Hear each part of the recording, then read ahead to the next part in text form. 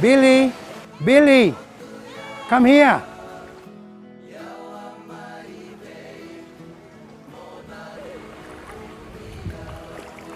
Bula, Billie, I'm David. Bula, I'm Billie. Come with me, I'm going to tell you a story. All right, thank you.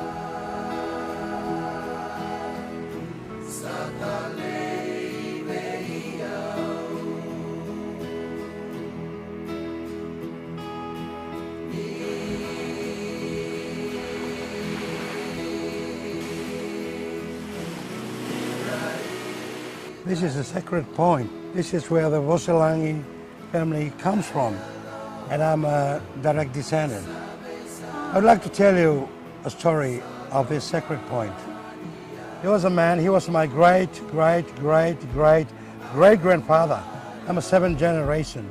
He was drifted alone. He was on a raft, and this is where he was shipwrecked, right on the point. One day he was climbing on a tree and eating the mothelolo fruit. The name of the tree was called mothelolo. There were women and men came here to fish. They heard him yelling from the tree. And then they came to see him. Well, they found him. They say, hey, he's a handsome man. Let's take him and make him our first paramount chief. And they were so happy because he was so handsome. And the story was, they carried him on their backs right onto the village.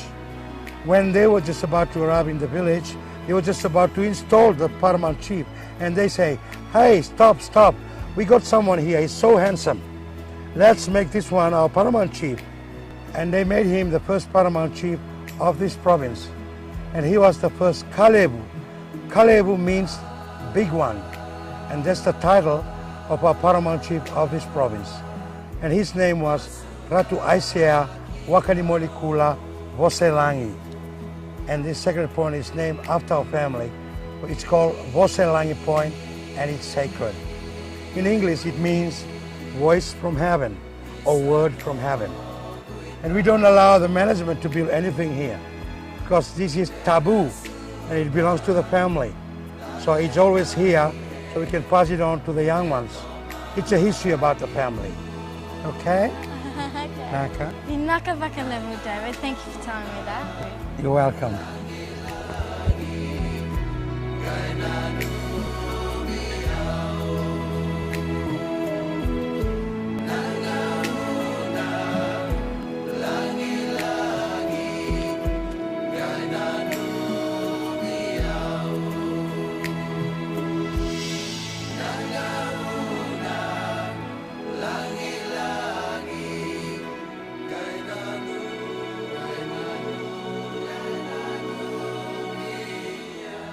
Well, Billie, this is the tree where my grandfather climbed.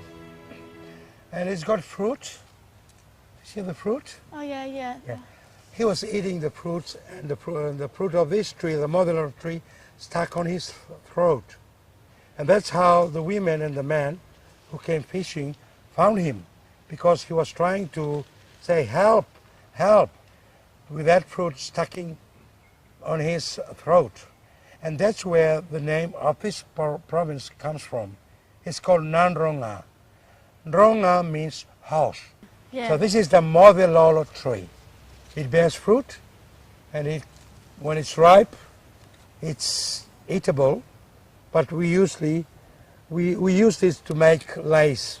Beautiful smell. Beautiful smell. You can smell it. Oh, that's beautiful. Yes. Well, thank you. Oh, that's beautiful.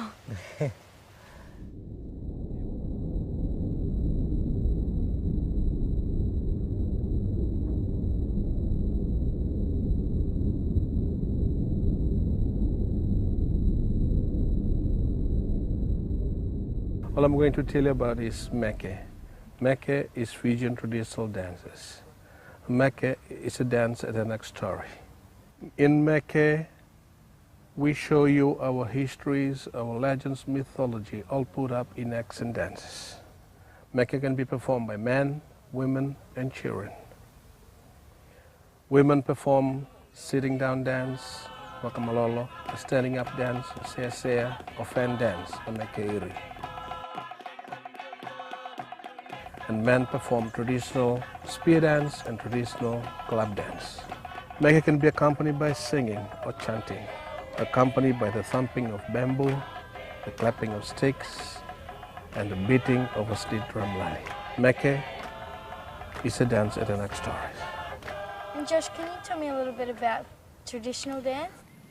We have two very effective weapons which we use in traditional dance. One is a spear, which can be thrust hit a target 50 meters away, and a club, mostly used in close combat. Traditionally, these two weapons we used way back in old Fiji in traditional warfare.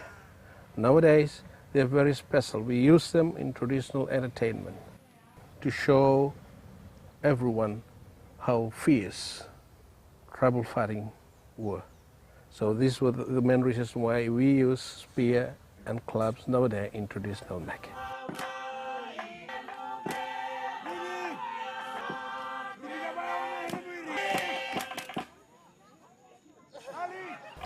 Josh, can you please just tell me a bit more about the history of firewalking?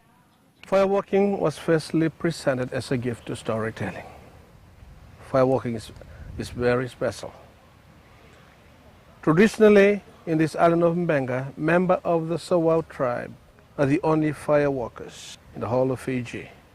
Long time ago, their ancestor planned to build a village on a hill. The village was called Navakaisese, a very big village, well fortified. And right at the center of the village, the villager built a special hut which belonged to the tribe storyteller. Everyone who attends a session of storytelling must take a gift along to the storyteller. One afternoon, someone in the audience was without a gift.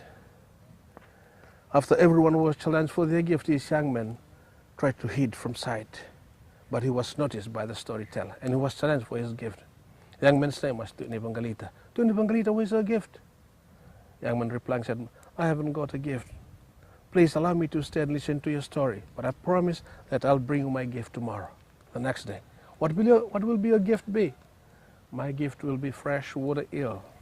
A gift of eel to be presented the next day was accepted by the storyteller.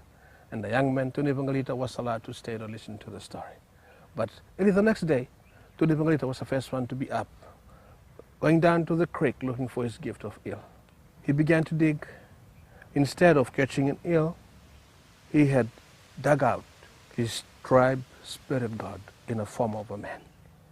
And the spirit god began to beg for his life. Let me go, let me go. I'll make you the wealthiest man in the world.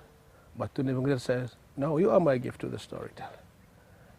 But it came to a part when the spirit god offering saying, I can make you walk on fire without getting burned. Fire walking in Fijian term is vila rebo. When translated to your language, Billy, it simply means jump into the pit of fire. This was accepted by Tuni Bangalita. And he allowed the spirit god to show him how firewalking was done. So from the early days until today, the famous firewalkers from Benga, who belong or members of the Sawau tribe, are the famous traditional firewalkers of Fiji.